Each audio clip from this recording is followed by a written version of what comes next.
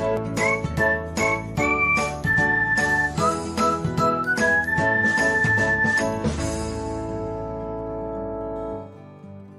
everyone, welcome back to another episode of Technologyglance.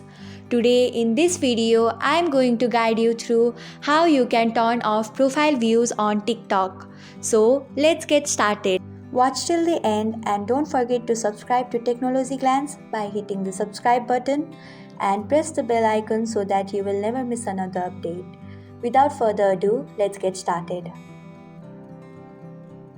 Firstly, tap on TikTok app in your device. Then tap on profile option. After that, tap on three lines.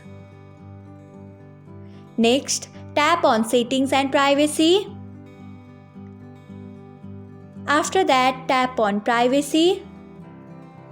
Then scroll down. Next, you can see the option of profile views. Tap on it. Then tap on profile view history.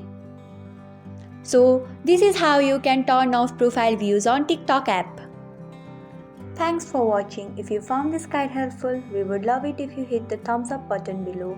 We upload great new tech tutorials like this one every day. So don't forget to subscribe to our channel and hit the bell icon to get an update as soon as we post a video.